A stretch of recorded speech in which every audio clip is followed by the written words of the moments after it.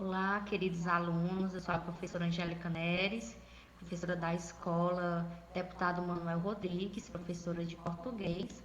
E hoje, pessoal, a nossa aula será sobre classicismo, certo? Nós iremos fazer uma revisão sobre o classicismo em Portugal, ok? Então, prestem bastante atenção.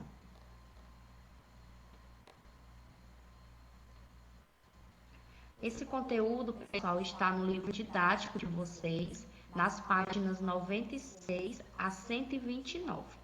Então, vamos lá fazer essa retrospectiva sobre o classicismo, né? Então, o que é o classicismo? O classicismo é um movimento cultural que valoriza e resgata elementos artísticos da cultura clássica grego-romana, nas artes plásticas, teatro e literatura.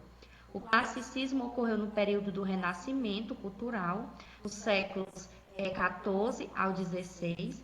Já na música, ele apareceu na metade do século 18, o neoclassicismo.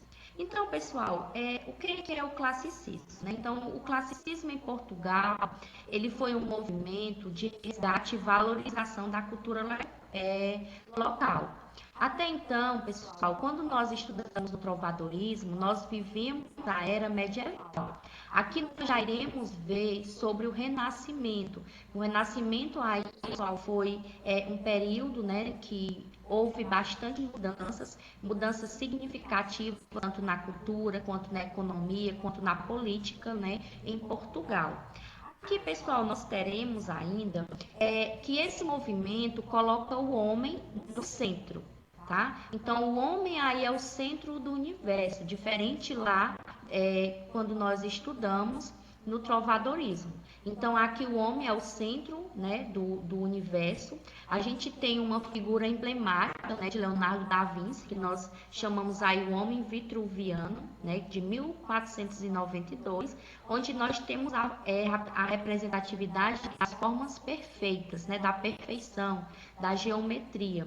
E a gente tem aqui nessa imagem que vocês percebem o homem no centro, né, nós temos aí um círculo, quadrado, as formas, né, as partes perfeitas. Isso também tem no livro didático de vocês. Então, o classicismo se associa a esta pintura pelas características. Antropocentrismo, no caso, o que é o movimento antropocentrismo? É o movimento em que o homem, né, é o centro do universo. A perfeição das formas que vocês percebem aqui nesta imagem, né, onde nós temos as formas geométricas, que no caso todas as medidas elas são proporcionais, e o idealismo. O que é o idealismo nesse sentido? O idealismo, pessoal, é a busca pela perfeição estética, certo? Aqui, pessoal, nós ainda teremos que em Portugal, uma das vindas principais aí da chegada do classicismo em Portugal é a volta de Sá de Miranda da Itália. Então, quem foi Sá de Miranda, né? Ele era um escritor, um poeta bastante importante, né?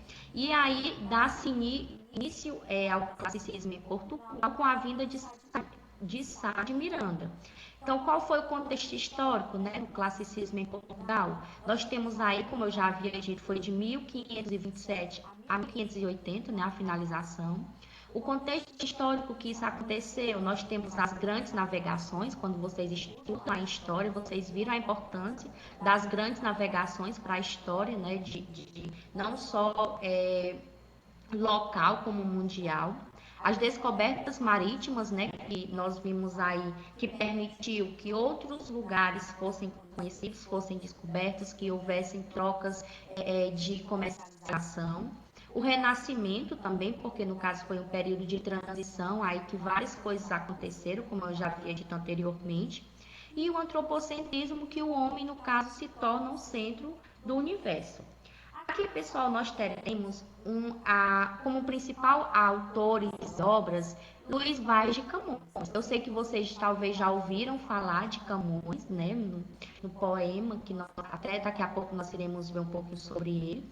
E Luís Vaz de Camões é uma dessas figuras bastante importantes do classicismo em Portugal, né, porque ele tem uma das suas maiores obras, né, conhecido universalmente, que no caso foi a obra Os Lusíadas. Então, Luís Vaz de Camões, ele escreveu poesias líricas e épicas e peças teatrais, Porém, a sua obra principal, no caso, aí foi consagrada, né, de epopeia, que no caso foi Os Lusíadas, que foi a sua maior obra-prima, né, conhecida mundialmente. E aqui, pessoal, nós teremos ainda, para vocês entenderem melhor, o que é essa poesia épica e o que é essa poesia lírica camuniana. Então, a poesia épica, no caso aí, ela se deu no final do século XV e o início do século XVI, né? Portugal vivia um grande momento devido ao pioneirismo e ao sucesso da expansão marítima e comercial, como eu já havia dito. Para registrar esse grande momento em uma obra literária, Camões escreveu Os Lusíadas, que narra os efeitos heróicos portugueses em mares nunca dantes navegados. Além disso, narra episódios da história de Portugal, no intuito de exaltar a pátria. Por outro lado, questiona a busca desfreada dos portugueses por riqueza. Entender um pouquinho sobre isso, pessoal. A poesia épica, né, ela é uma poesia histórica, certo? Então, a poesia épica camoniana é a poesia em que nós iremos ver na maior obra-prima de Camões, que é Os Lusíadas. Essa poesia épica, ela vai narrar e contar a história, né, que aconteceu em Portugal. Então, ela é épica porque conta e narra uma história, certo? Principalmente a história de Portugal. E a poesia lírica, pessoal, nós iremos ver nas poesias, né? Lírica, de lirismo, o eu lírico, né? O que é que eu penso, o que é que eu acho, né? Então, já Camões, ele produz poemas líricos de pintura grandeza, né? De primeira grandezas, reunidos e publicados sob o título de Rimas, em 1595, 15 anos após a morte do poeta. Então, vejam que a poesia camoniana, pessoal, ela é bastante rica, certo?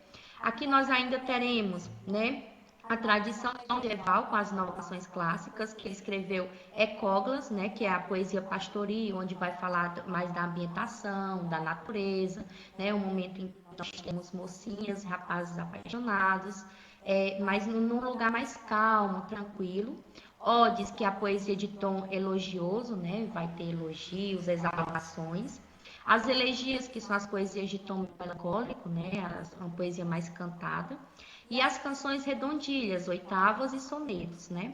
E além disso, Camões antecipou vários temas barrocos. Então aqui veja que a poesia lírica de Camões, pessoal, a gente vai ter essa poesia de várias temáticas, ele vai exaltar os sentimentos, né, o amor, e a gente tem como principal aqui os exemplos, né? A gente tem a poesia mais emblemática de todas. Quem nunca ouviu, né? O amor é fogo que arde sem se ver, é ferida que dói e não se sente, é o contentamento descontente, é dor que desatina sem doer. Então, aqui nós temos nesse poema, pessoal, um exemplo de poesia lírica camoniana. Então, aqui veja que a estrutura desse poema é de quartetos, né? No caso, aí nós temos 4 linhas, né? Compostas no verso, e de terceiros, que no caso são mais 2 estrofes, que é composto de 3 linhas, certo? Então, aqui nós temos o exemplo nesse verso da poesia lírica.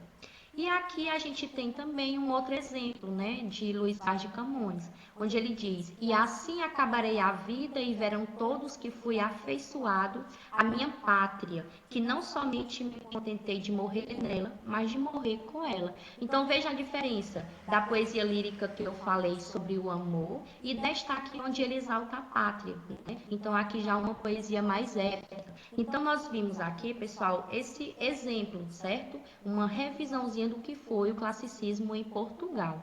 Então, aqui como atividade da aula de hoje, vocês irão fazer a atividade da página 130, a questão 2, somente a questão 2, e da página 131, a questão 7. Na próxima aula, nós iremos fazer a correção. Espero que vocês tenham entendido, ok? Então, até a nossa próxima aula.